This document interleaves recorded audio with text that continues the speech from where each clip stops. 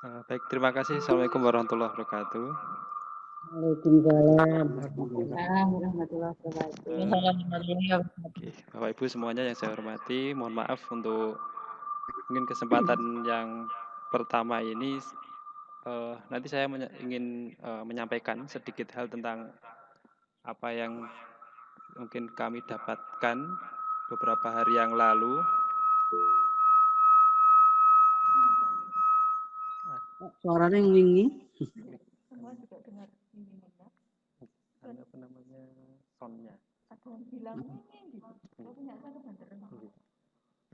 Beten anu mas headset beten mas. Oh, saya ambilkan headset. Bentar Bapak Ibu.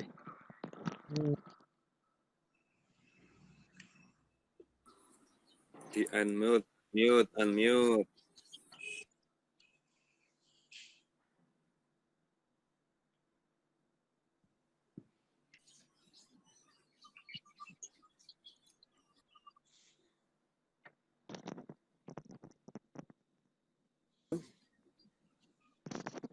Saya lanjutkan kembali. Untuk kesempatan hari ini sebenarnya ini nanti menyampaikan sedikit hal tentang mungkin sedikit apa yang kami dapatkan ketika di BIMTEK AKM tingkat SMA. Jadi nanti ada beberapa yang menyampaikan, ada saya, kemudian Bu Erlin, rencananya ada Pak Dwi juga. Nah, mudah-mudahan nanti Pak Dwi juga bisa. Terus ini sebenarnya dalam rangka setelah mengikuti BIMTEK ternyata harus jadi sales. Jadi harus mengajak. Jadi harus mengajak teman ataupun siapapun baik yang satu instansi ataupun tidak, itu salah satu pengamalannya adalah setelah belajar suruh mengajak teman-temannya gitu. Nah, tapi sebelum ke sana nanti mungkin saya sampaikan sedikit tentang teknis bagaimana ketika mungkin Bapak Ibu yang sudah punya akun di SIM PKB, bagaimana cara mendaftarkannya, kemudian sedikit gambaran tentang isinya, nanti yang mendalam itu bisa diisikan, sampaikan Bu Erlin. Saya cukup di bagian depannya saja. Nanti bagian mematikan laptop juga bisa, nggak apa-apa. Nah ini sedikit, jadi sekarang menyalakan dulu. Nah, jadi nanti untuk Bapak Ibu yang mungkin di tahun ini mengagendakan untuk mungkin ada pengembangan diri, bisa mengikuti seri guru belajar AKM tingkat SMA 2021.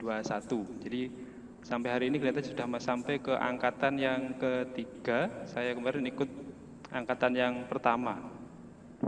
Jadi nanti Bapak Ibu bisa melihat di SIM PKB. Nah, bagaimana cara pendaftarannya? Ini langkah yang perlu diikuti, antara lain nanti membuka akun di SIM PKB atau bisa ke linknya ini, https://simgurubelajar.simpkb.id. Ini untuk yang sudah memiliki nomor UKG. Nah, kemudian bagaimana untuk yang belum memiliki nomor UKG, nanti bisa ke link berikut ini. Bagaimana kalau misalkan nanti, wah saya tahunya terlambat, insya Allah nanti akan saya bagikan file Word-nya yang kami dapatkan waktu mengikuti BIMTEK kemarin. Jadi nanti bisa dibagikan, saya bagikan file Word-nya, bisa untuk belajar, karena bisa jadi karena bacanya banyak, nanti ada saya mendapatkan ini, tapi kemudian dibaca oleh guru yang lainnya, dan aku mendapatkan hal yang baru, walaupun dari satu bacaan yang sama. Jadi bisa jadi nanti dari satu sumber yang sama itu kita bisa memiliki banyak hal yang kemudian bisa digabung-gabungkan sehingga menjadi suatu pengetahuan yang utuh, sehingga ketika nanti diterapkan itu bisa menjawab kenapa kok harus muncul BIMTEK ini. Nah itu. Nah jadi nanti ketika sudah masuk ke SIM PKB itu akan muncul tampilan seperti ini. Yang bisa diikuti saat ini seri asesmen AKM ini. AKM atau ya ini. Kemudian yang seri pendidikan keterampilan hidup saya coba buka, sudah ditutup. Inklusif saya tidak termasuk di dalamnya. Jadi tidak aktif bagian ini. Kemudian yang seri masa pandemi juga sudah tertutup. Jadi yang saat ini di akun saya terlihat itu seri yang AKM. Kemudian nanti Bapak Ibu bisa ngecek. Nah, kalau sudah nanti bisa masukkan nomor UKG. Ini teknis saja. Kemudian dipilih yang KM atau asesmen kompetensi minimum. Nah, di dalam BIMTEK itu nanti ada sekian materi, ada 1 sampai 8. Yang pertama nanti ada pretest, di bagian akhir ada post-test atau pasca asesmen pasca program BIMTEK ini. Nah, di tengah-tengahnya ada pengantar, kemudian ada beberapa konsep tentang asesmen nasional, ada sekian topik. Nah, di setiap topiknya nanti diakhiri dengan kuis. Terus di bagian literasi membaca dan literasi yang numerik, itu nanti kita berlatih membuat soal. Jadi membuat soal, kalau yang muncul di akun saya kemarin, ada disajikan beberapa infografis, kemudian dari infografis itu dipilih salah satu, dibuatkan dari satu infografis dijadikan 3 soal. Mungkin nanti Bu Erlin apakah sama atau tidak, saya belum tahu. Oke, nanti bisa disampaikan. Yang selanjutnya, ini kalau teknis saja. Jadi setiap langkah itu harus diselesaikan, tidak bisa diambil dari yang paling belakang. Jadi harus berurutan. Jadi step by step, kemudian dipastikan semuanya statusnya selesai hingga paling akhir KKM-nya 70. Untuk yang post-test bisa dicoba hingga 3 kali. Ini untuk teknis ketika pelaksanaan BIMTEK-nya. Nah, selanjutnya ini. Nah,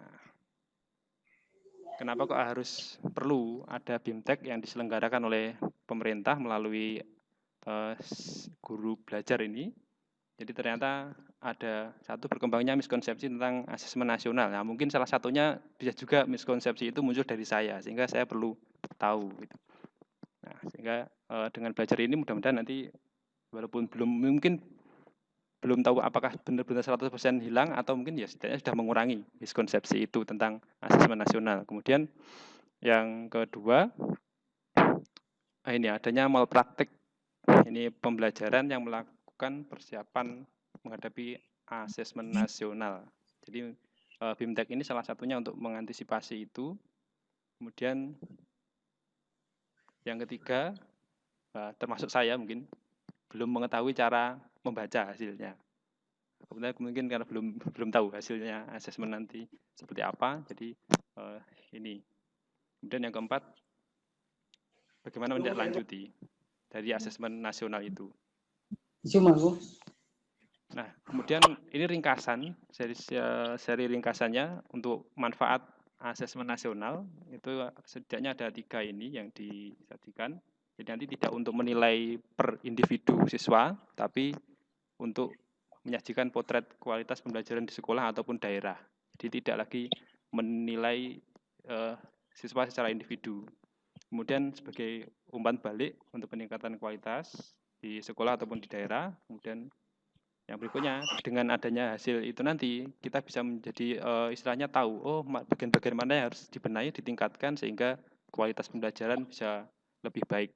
Mungkin termasuk salah satunya yang telah disampaikan oleh Bapak Kepala Sekolah tadi, bagaimana agar kita nanti termasuk mungkin salah satu guru yang diharapkan kehadirannya, gitu ya, bukan diharapkan ketidakhadirannya. Gitu. Nah, itu salah satu mungkin nanti yang akan dikembangkan ketika kita sudah mendapatkan hasil itu untuk peningkatan pembelajaran di sekolah.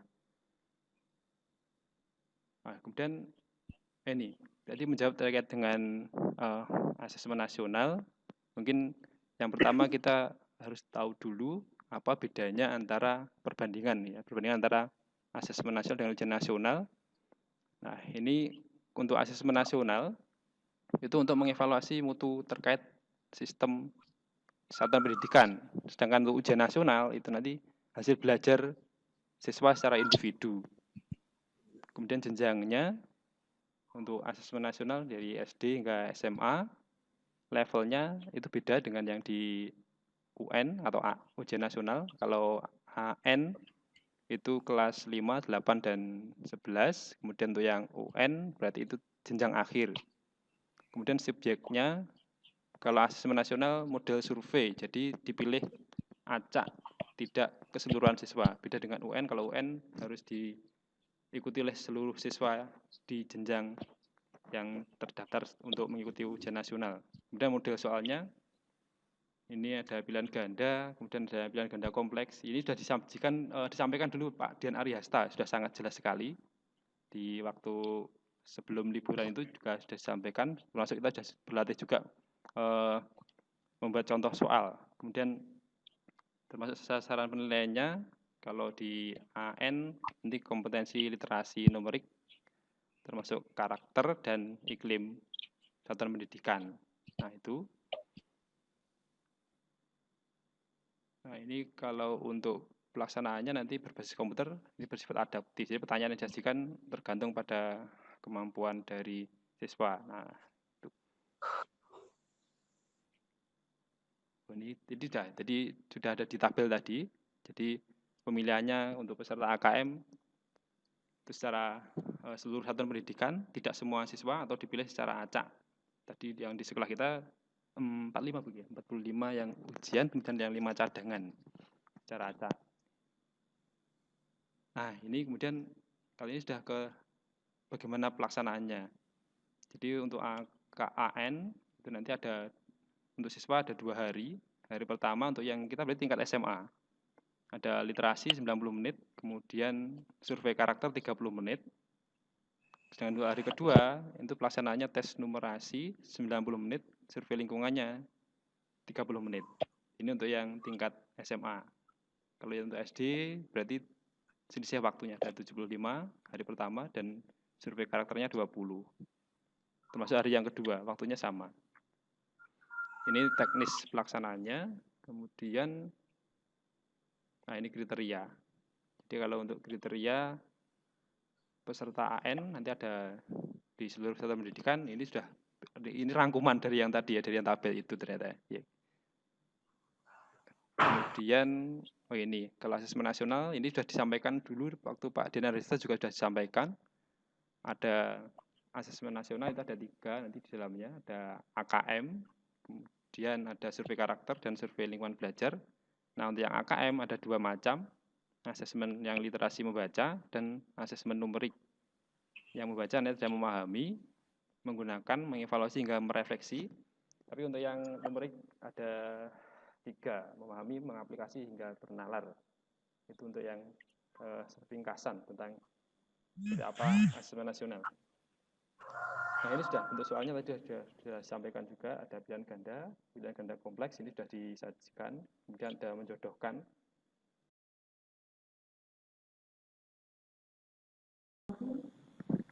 Assalamualaikum warahmatullahi wabarakatuh. Waalaikumsalam warahmatullahi wabarakatuh. Warahmatullahi wabarakatuh. Wabarakatuh. Terlihat terdengar. Waalaikumsalam warahmatullahi wabarakatuh. Bapak Kepala Sekolah yang saya hormati, Bapak Ibu yang saya hormati, terima kasih kesempatan yang diberikan kepada kami. Alhamdulillah, di siang ini Bapak Ibu semuanya kelihatan sehat segar, saya lihat dari tampilan di sini tadi. Dan dari 60 guru yang hadir 54, alhamdulillahirrahmanirrahim. Seperti yang disampaikan oleh Pak Muklis tadi, bahwa nanti kami bertiga, Pak Muklis, saya dan Pak Dwi, tugasnya adalah mengimbaskan.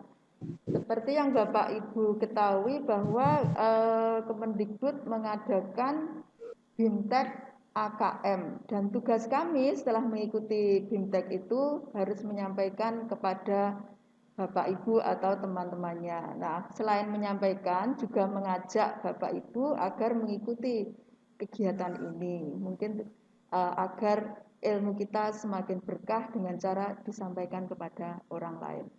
Syukur alhamdulillah kita sudah, Bapak Kepala Sekolah sudah tanggap dari awal. Jadi begitu pemerintah meluncurkan AKM, di bulan Desember yang lalu kita sudah mengadakan IHT, In-House Training AN-AKM, sehingga ini sangat membantu kami dalam memahami BIMTEK AN-AKM ini. Sehingga dengan mudahnya memahami ini, alhamdulillah kami yang sudah mengikuti ini post-testnya semuanya mendapatkan nilai 100. Dan saya yakin Bapak Ibu semua nanti juga akan mendapatkan nilai 100. Alhamdulillah, selamat juga Bu. kepada Bu Ika Sari dan Mas Dian Arihasta yang beberapa waktu yang lalu berkenan menjadi narasumber dan menyampaikan ilmu tentang ANAKM yang memudahkan kami dalam memahami BIMTEK ini. Alhamdulillah. Baik Bapak Ibu, kegiatan BIMTEK ini seperti yang disampaikan Pak Muklis tadi terdiri dari beberapa kegiatan. Yang pertama diawali dengan pretest, kemudian dengan penyampaian materi. Di setiap materi itu ada kuis atau juga refleksi. Kemudian diakhiri dengan post-test. Kegiatan BIMTEK ini berlangsung selama 5 hari, tetapi pelaksanaannya fleksibel, bisa dilakukan sehari, 2 hari, 1 jam, 3 jam, dan seterusnya. Nah, saya sebagai anak tua menyadari kalau anak tua itu sering lupa, sehingga saya mengambil waktu tidak sampai 5 hari, setengah hari saya sudah selesai, karena kalau mundur-mundur nanti saya lupa, yang baru saya baca sudah lupa gitu. Selain itu juga karakter saya yang walean gitu ya, apa-apa kalau tidak selesai nanti segera wales, ingin segera mengerjakan yang lain, sehingga saya selesaikan hari Sabtu mulai habis zuhur sampai jam setengah 9 malam. Nah, pada saat ini kita yang sudah mengikuti adalah Pak Muklis di angkatan 1, kemudian Pak Haji, Pak Dian, Pak Dwi, dan saya di angkatan kedua, kemudian di angkatan ketiga Pak Daryanto. Nah, kami berharap mudah-mudahan Bapak Ibu semua juga berkenan, sehingga apa yang sudah kita dapatkan di IHT di SA2 kemarin bisa meningkat, ilmu yang kita dapat juga bertambah, dan pemahaman kita juga lebih baik gitu. Baik Bapak Ibu, tadi di awal Pak Muklis sudah menyampaikan tentang teknis pelaksanaan, cara mendaftar, dan lain-lain sebagainya. Nah, di AKM ini kan ada literasi membaca dan literasi numerik. Nanti di literasi membaca saya yang menyampaikan, kemudian nanti di numerik akan disampaikan oleh Pak Dwi. Nah, apa itu literasi membaca? Literasi membaca tidak berarti pelajaran bahasa Indonesia, dan literasi numerik bukan berarti pelajaran matematika. Literasi membaca adalah pengetahuan dan kecakapan untuk membaca, menulis, mencari, menelusuri, mengolah, dan memahami informasi untuk menganalisis, menanggapi, dan menggunakan teks tertulis untuk mencapai tujuan, mengembangkan pemahaman dan potensi, serta untuk berpartisipasi di lingkungan sosial. Ini tak gini Pak. Ya. Nah,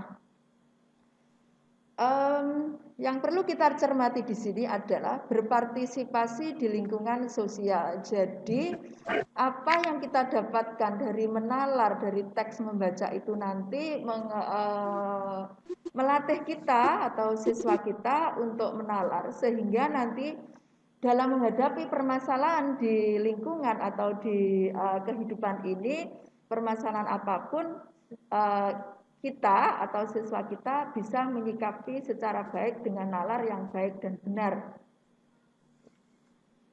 Kemudian komponen AKM literasi membaca terdiri dari 3, yaitu konten, proses kognitif, dan konteks. Konten terdiri dari teks informasi dan teks fiksi. Berarti teks informasi ini bisa dikatakan juga non-fiksi gitu ya Bapak Ibu. Yaitu teks yang bertujuan untuk memberikan fakta, data, dan informasi dalam rangka pengembangan wawasan serta ilmu pengetahuan yang bersifat ilmiah. Sedangkan fiksi adalah teks yang bertujuan untuk memberikan pengalaman, mendapatkan hiburan, menikmati cerita, melakukan perenungan kepada pembaca. Saya pernah ditanya loh, kenapa, apa perlunya kita belajar teks fiksi? Teks fiksi itu bisa cerpen, bisa novel, dan lain-lain dan sebagainya. Bahkan ketika SA2 pertama kali mengadakan GLS, Gerakan Literasi Sekolah, dan waktu itu kita juga mengajak siswa dan juga memfasilitasi dengan banyaknya bacaan fiksi, itu ada Bapak Ibu guru yang bertanya kepada saya, kenapa kok tidak teks non-fiksi saja buku-buku pengetahuan. Gunanya apa baca novel? Nah, baca novel atau cerpen atau cerita atau bacaan fiksi yang lain luar biasa banyak. Yang jelas di situ secara endingnya yaitu akan mengasah kecerdasan emosional dan juga akan membangkitkan atau mengaktifkan otak kanan. Jadi kalau teks informasi berupa fakta data itu adalah otak kiri, nanti kalau fiksi itu otak kanan. Gunanya apa otak kanan? Otak kanan kan berhubungan dengan emosi, empati, dan lain-lain dan sebagainya. Tidak perlu saya jelaskan, Bapak Ibu sudah tahu semua gunanya empati, kecerdasan interpersonal, dan lain-lain. Itu sudah tahu semua. Maka itu semuanya bisa digiatkan atau diaktifkan dengan banyak membaca novel. Selain itu, pendidikan karakter itu juga banyak diperoleh dengan membaca bacaan fiksi. Misalnya, di dalam novel itu ada tokoh-tokoh atau karakter-karakter yang baik dan buruk, antagonis atau protagonis, endingnya gimana dan lain dan sebagainya. Itu akan mendidik kita membaca untuk menjadi bijak. Oh, kalau tokoh seperti ini akhirnya begini, baik akhirnya jadi dan lain-lain dan sebagainya. Baik, kita lanjutkan untuk proses kognitif. Proses kognitif dalam literasi membaca nanti adalah menemukan informasi, yaitu mencari, mengakses, serta menemukan informasi tersurat dari wacana. Nah, jika di sini ada kata tersurat, berarti soal AKM itu tidak selalu harus HOTS, tidak selalu harus C456, karena kalau C456 itu biasanya tersirat. Kemudian interpretasi dan integrasi, memahami informasi tersurat maupun tersirat, memadukan interpretasi antar bagian teks untuk menghasilkan inferensi. Nah, kalau ini sudah memasuki ranah C4 karena sudah memadukan beberapa teks. Kemudian evaluasi dan refleksi, menilai kredibilitas, kesesuaian maupun keterpercayaan teks serta mampu mengaitkan isi teks dengan hal lain di luar teks. Kemudian yang terakhir adalah konteks personal berkaitan dengan kepentingan diri secara pribadi, sosial budaya berkaitan dengan kepentingan antara individu, budaya, isu kemasyarakatan, dan yang terakhir scientific berkaitan dengan isu aktivitas serta fakta ilmiah yang telah dilakukan maupun futuristik. Futuristik berarti di masa depan yang belum dilakukan. Nah, pada tingkat SMA terdapat dua level pembelajaran, yaitu level pembelajaran 1 ada di kelas 9 dan 10. Siswa akan belajar sesuai tingkat kognitif pada literasi membaca, hanya saja siswa pada kelas 9 dan 10 akan menggunakan konten yang terus meningkat sesuai dengan jenjangnya. Siswa akan memahami teks secara literal dan menyusun inferensi, membuat koneksi dan prediksi baik teks tunggal maupun teks jamak. Siswa juga menilai format penyajian dalam teks dan merefleksi isi wacana untuk pengambilan keputusan, menetapkan pilihan, dan mengaitkan isi teks terhadap pengalaman pribadi. Sedangkan level 2, ya kelas 11 dan 12 sama seperti pembelajaran 1, siswa juga akan belajar sesuai tingkat kognitif pada literasi membaca, hanya saja siswa pada kelas 11 dan 12 akan menggunakan konten yang terus meningkat sesuai dengan jenjangnya. Siswa akan memahami teks secara literal dan menyusun inferensi, membuat koneksi dan prediksi baik teks tunggal maupun teks jamak. Siswa juga menilai format penyajian dalam teks dan merefleksi asumsi ideologi atau nilai yang terkandung dari teks sastra atau teks informasi untuk memahami cara pandang penulis sesuai dengan jenjangnya. Cara pandang penulis berarti ini nanti salah satunya adalah penyampaian pesan moral dari teks itu, dan ini sudah sering dipelajari dalam teks bahasa Inggris maupun bahasa Indonesia, di mana pertanyaan dari teks itu selalu menyatakan cara pandang penulis. Jadi menurut saya ini kalau siswa sudah terbiasa untuk pelajaran bahasa Inggris dan bahasa Indonesia. Contoh level pembelajaran 1 yaitu teks fiksi untuk kelas 9 dan 10. teks fiksi yang jelas teks bukan nyata, jadi hayalan gitu, tetapi tentu saja walaupun hayalan, semua cerita itu diambil dari dunia nyata. Ini tidak perlu saya baca karena panjang sekali, langsung kita lihat model soalnya saja. Model soal dari teks fiksi seperti ini, kompetensi yang diukur, menemukan informasi tersurat. Siapa, kapan, di mana, mengapa, bagaimana pada teks sastra atau teks informasi yang terus meningkat sesuai jenjang-jenjangnya. Di sini sekali lagi tertulis tersurat, berarti soalnya tidak harus hot. Model soalnya, mengapa penulis menganggap bahwa lilin kecil itu sangat berarti? Jawaban yang benar adalah yang E. Lilin itu dapat menerangi. Ini tidak sulit, tetapi kan tetap butuh menalar, mencerna, mencermati dari apa yang ada di dalam teks.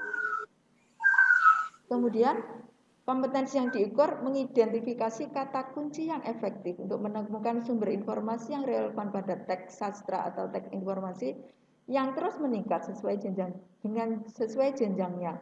Kalimat atau baris-baris dalam puisi dapat meninggalkan pengalaman indrawi bagi pembaca. Pengalaman indrawi ini disebut dengan imaji. Tentukan imaji yang ditimbulkan melalui baris-baris puisi. Misalnya menepis lara, mendamaikan hati, dan menyejukkan cinta.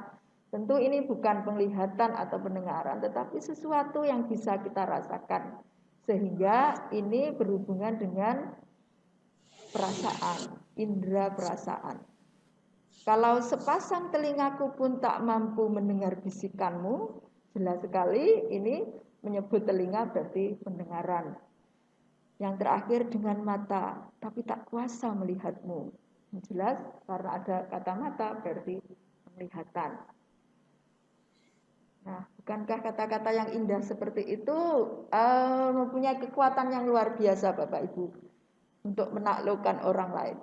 Tentu menaklukkan dalam konteks yang baik, yaitu untuk mengasah kecerdasan interpersonal yang nanti kata para ahli, jika kita mempunyai kecerdasan interpersonal, itu kecerdasan interpersonal itu perannya 80% untuk kesuksesan seseorang. Kecerdasan interpersonal salah satunya bisa dipupuk dengan kecerdasan linguistik.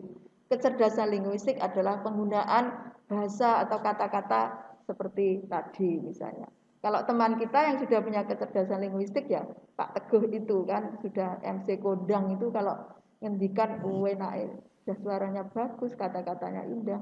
Jadi kalau Pak Teguh itu mau menaklukkan gitu, wah luar biasa yang bisa ditaklukkan. Tapi untung dia soleh, juga dibuat untuk hal-hal yang negatif. Baik Bapak Ibu, untuk level pembelajaran kedua yaitu teks fiksi untuk kelas 12 dan 11 dan 12. Tidak perlu saya baca, ini sudah terkenal sekali. Saya yakin Bapak Ibu sudah sering menyimak ini, yaitu di Negeri Amplop, karya Mustafa Bisri. Ini endingnya gimana, saya yakin Bapak Ibu sudah tahu karena sudah sangat terkenal. Nah, langsung ke jenis soalnya saja. Kompetensi yang diukur, menemukan informasi tersurat, siapa, kapan, di mana, mengapa, bagaimana, dan seterusnya. Terus soalnya, dalam puisi tersebut terdapat banyak kata amplop yang digunakan secara berulang. Mana dari kata amplop yang dimaksud oleh penulis tadi? Bapak Ibu pasti sudah langsung bisa menjawab dengan benar. Selanjutnya level teks informasi, ini tentang energi surya. Tidak perlu saya baca, langsung ke model soalnya. Menemukan informasi tersurat dan seterusnya seperti tadi. Kemudian soalnya pernyataan manakah yang menjelaskan mengapa energi surya tersebut energi hijau. Kamu dapat memilih beberapa jawaban. Nah, seperti yang disampaikan Mas Dian dan Bu Ika dulu bahwa model soal AKM ada yang pilihan ganda, ada yang pilihan ganda kompleks. Pilihan ganda itu berarti satu jawaban yang benar, sedangkan pilihan ganda kompleks lebih dari satu jawaban yang benar. Nah, ini kamu dapat memilih berapa jawaban berarti pilihan ganda kompleks. Lanjut. Sudah sampai ke numerasi, berarti ini saatnya Pak Dwi.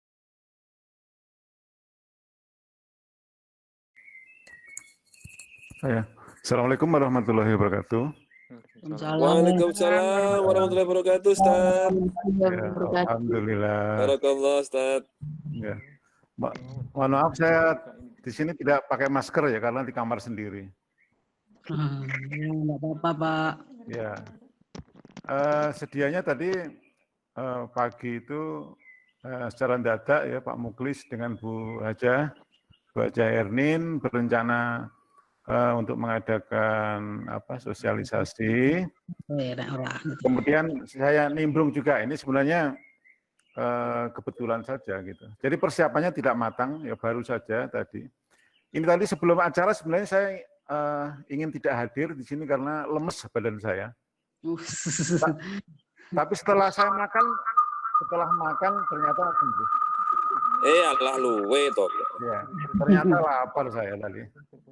Lupa pagi belum makan. Oke, terima kasih.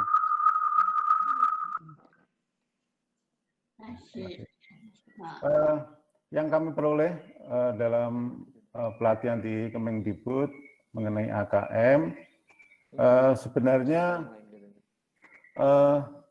tidak begitu banyak, tapi sangat bermanfaat, gitu. Dan menyadarkan saya sebagai guru matematika yang saya ajar selama ini jujur sebenarnya berbasis hanya konten saja gitu. Hanya menyelesaikan soal, kemudian menyelesaikan, kemudian kita memberi nilai kepada siswa.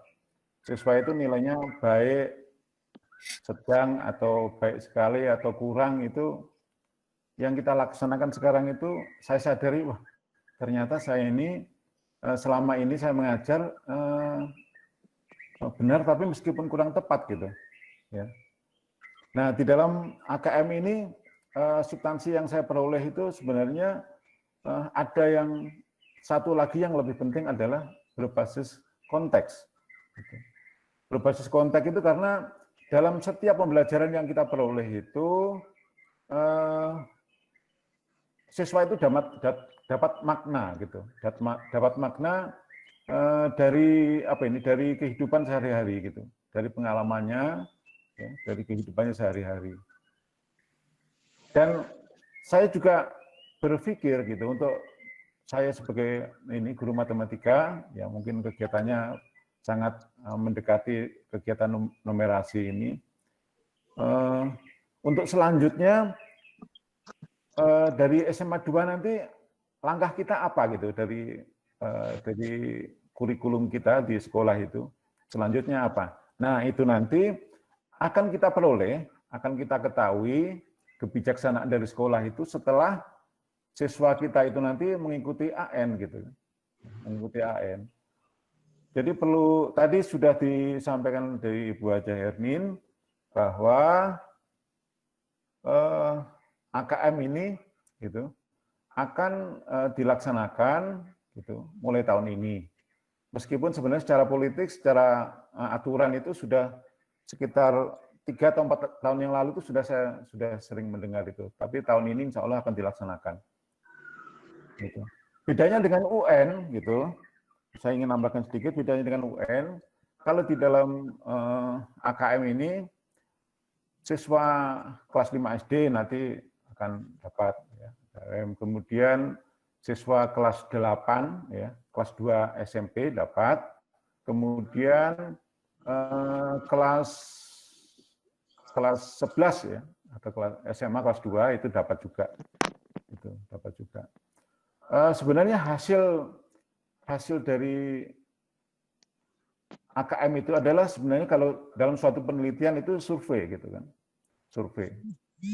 Dari hasil-hasil dari seluruh Indonesia, hasil-hasil itu kemudian diteliti, kemudian kebijaksanaan pemerintah selanjutnya itu arah pendidikan ke depan itu bagaimana gitu perolehannya. Dan manfaat untuk sekolah sendiri tentunya nanti ada laporan gitu. Ada laporan dari hasil AKM ini, sekolah kita itu tingkat numerasinya itu bagaimana, kemudian tingkat numerasinya bagaimana. Nah, nanti selanjutnya dari tingkat satuan pendidikan nanti akan mengadakan perbaikan. Jadi kita tidak bisa memilih-milih gitu. Siswa kita ini loh siswa kita yang kita ajukan gitu. Yang pinter-pinter saja untuk mengikuti AKM itu nggak bisa, ya. Karena semuanya diperoleh dari sudah ditunjuk dari Dapodik bahwa siswanya ini gitu. Jadi nggak bisa memilih. Kemudian siswa kita itu juga kalau kita latih ya soal-soal numerasi, kemudian literasi itu, kalau kita latih khusus itu ya agak sulit juga gitu, agak sulit juga. Sebenarnya pemerintah sudah mengambil sampling itu setiap sekolah itu, setiap sampling. Ya, agar hasil itu lebih meyakinkan dan lebih benar gitu. Kalau yang saya peroleh dari ilmu statistik ya teknik pengambilan sampling itu pemerintah itu saya perhatikan sangat baik sekali gitu. Jadi jumlahnya tidak terlalu banyak yang diambil, tetapi hasilnya bisa sama yang kita harapkan. Ibaratnya kalau kita ngambil sampling ya teknik di dalam statistika, misalkan kita itu akan mencicipi soto di dalam kuali besar gitu. Kita akan menilai soto itu kurang garam, kurang bumbu atau terlalu manis gitu.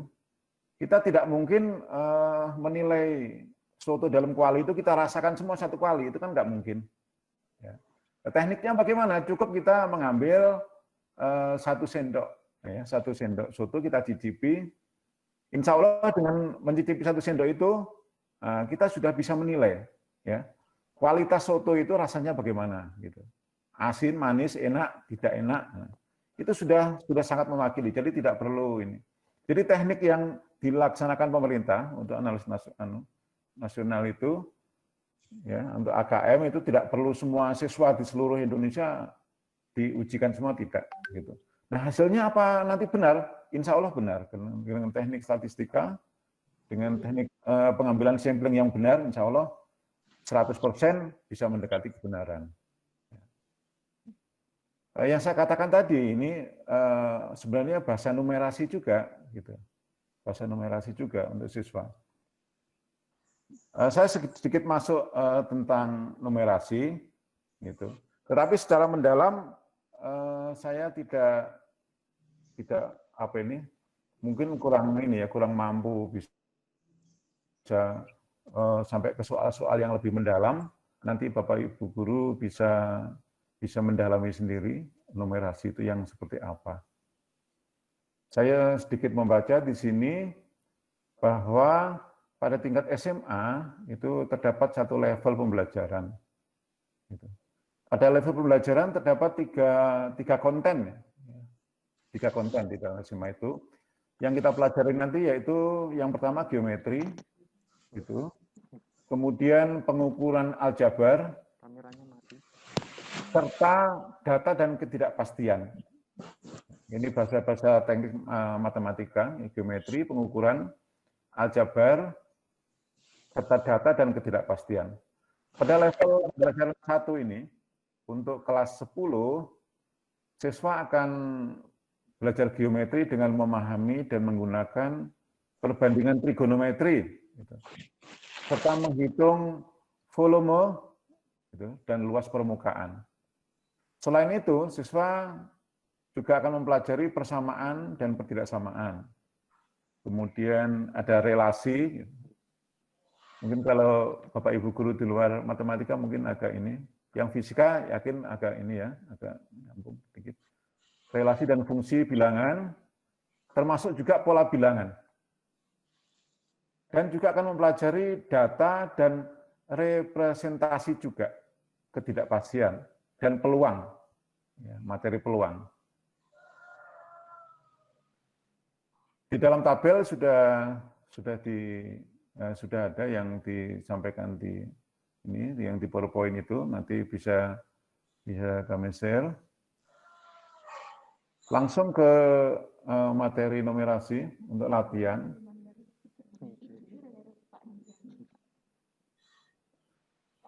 latihan untuk membuat soal numerasi untuk tingkat SMA itu pertama ya. Kita pahami dulu kompetensi numerasi siswa. Di situ kita akan memilih kasus yang sesuai, misalkan dari kedua, tolong Pak Muklis yang di PowerPoint itu ditunjukkan.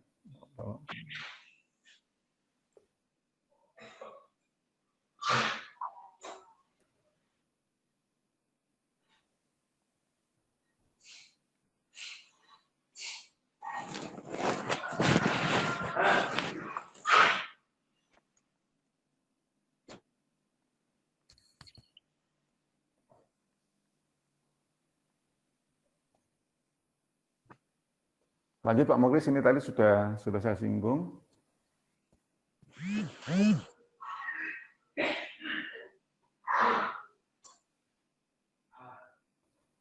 Ya, Pak Muklis, terima kasih ini. Ini contoh untuk soal numerasi kelas 10. Kenapa, Pak? Nah, tak pikir ya tak boleh anu.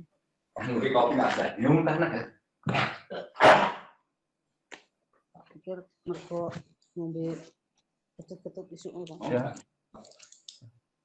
Kompetensinya memahami dan menggunakan perbandingan trigonometri. Soal ini sangat baik sekali. Untuk Badan Geologi, Kementerian ini contoh soal, Kementerian SDM dan Mitigasi Bencana, Geologi Sumatera Utara, sedang mengamati ketinggian letusan awan panas gunung Sinabung pada hari tersebut. Puncak gunung terlihat pada sudut elevasi, ya, sudut elevasi itu 30 derajat. Sedangkan puncak letusan awan panas terlihat pada sudut elevasi 60 derajat. 60 derajat yang paling atas ini, ya 60 derajat, yang 30 derajat yang bawah, yang garis merah segitiga di bawah. Diketahui tinggi gunung Sinabung adalah 2.460 meter. Dan terjadi kesalahan dalam mengukur sudut elevasi. Besar sudut elevasi untuk melihat tinggi erupsi seharusnya adalah 50 derajat. Akibat kesalahan ini, maka tinggi erupsi gunung sebenarnya lebih tinggi atau lebih rendah bila dibandingkan dengan tinggi erupsi yang didapatkan dari sudut elevasi semula. Beri alasannya. Ya, beri alasannya. Nah, ini contoh soal numerasi, Bapak Ibu Guru. Jawabannya ada di bawahnya itu. 30 derajat dengan tinggi ya, 2.460 meter, itu tinggi gunungnya. Yang seharusnya adalah 50 derajat. Maka besar sudut, ya, besar sudut itu sebanding dengan tinggi dengan aturan trigonometri. Itu titik X sama dengan T bagi sin Y. Teknis sekali dengan matematika. Dengan X itu adalah jarak pengamatan dengan kaki gunung. Perhatikan. Ya, sih tanah ya. Semua bisa masuk. Ya. Bisa Anda Pak Muklis? Yang mulai close, yang mulai close. Nah, ada lagi untuk kompetensi untuk menghitung volume. Ya. Menghitung volume dan luas permukaan 5 segi N. Seruduk dan bola. Hemat air buat kehidupan masa depan. Air adalah sumber, ini narasinya, air adalah sumber daya alam yang sangat penting untuk menjaga kesehatan tubuh. Sebagai manusia yang akan selalu menggantungkan diri pada air, kita memang sudah seharusnya untuk menjaganya. Meskipun air ini adalah sumber daya yang terbarukan, namun untuk air bersih ternyata sumber daya ini tidak bisa diperbarui. keberadaan air bersih yang terus menyusut Masalah. tiap tahunnya ini akhirnya harus membuat kita ekstra waspada akan stok atau persediaannya. Untuk menjaga stok atau persediaan air bersih ini dengan baik, Anda mau tahu, harus melakukan penghematan. Jadi ada 7 cara hemat air di rumah. Ini. Mari kita simak bersama-sama. Ayo, sampai stop. Satu.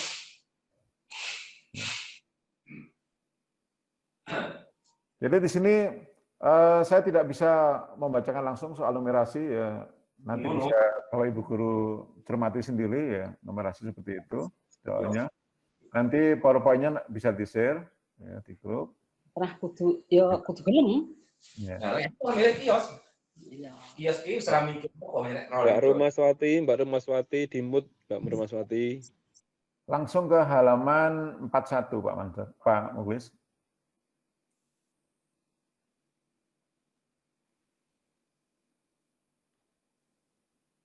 Halaman 41.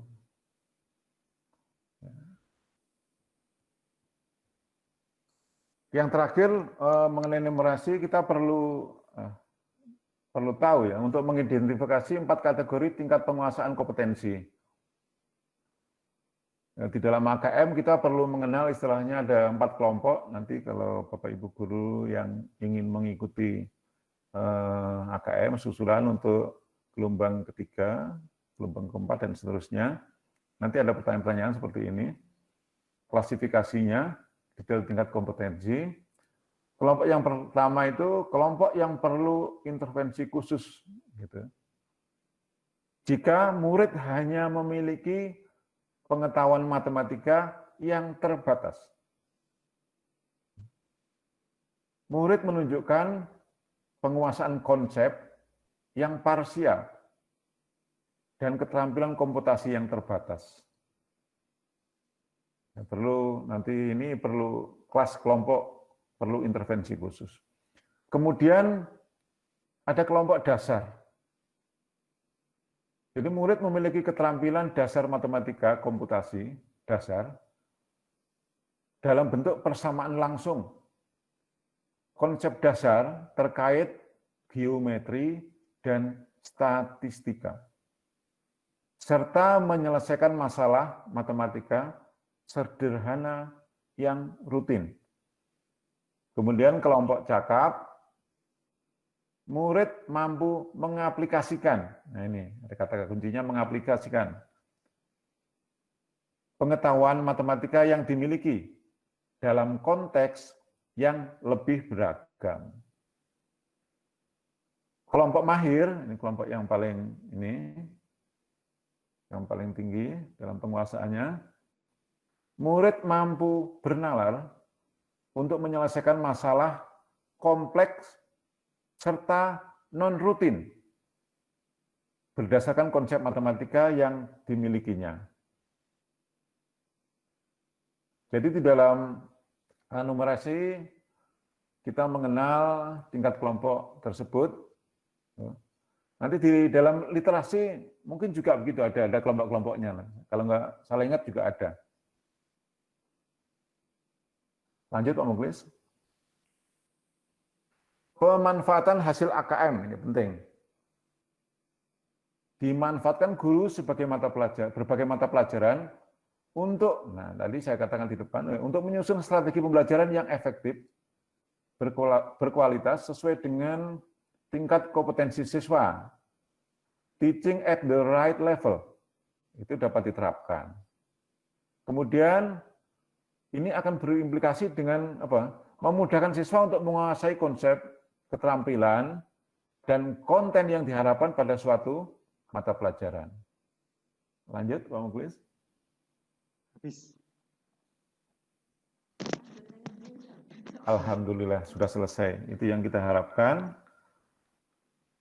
Saya, untuk numerasi, dari saya kira cukup sekian. Apabila salah kata, mohon maaf. Wassalamualaikum warahmatullahi wabarakatuh. Waalaikumsalam warahmatullahi wabarakatuh.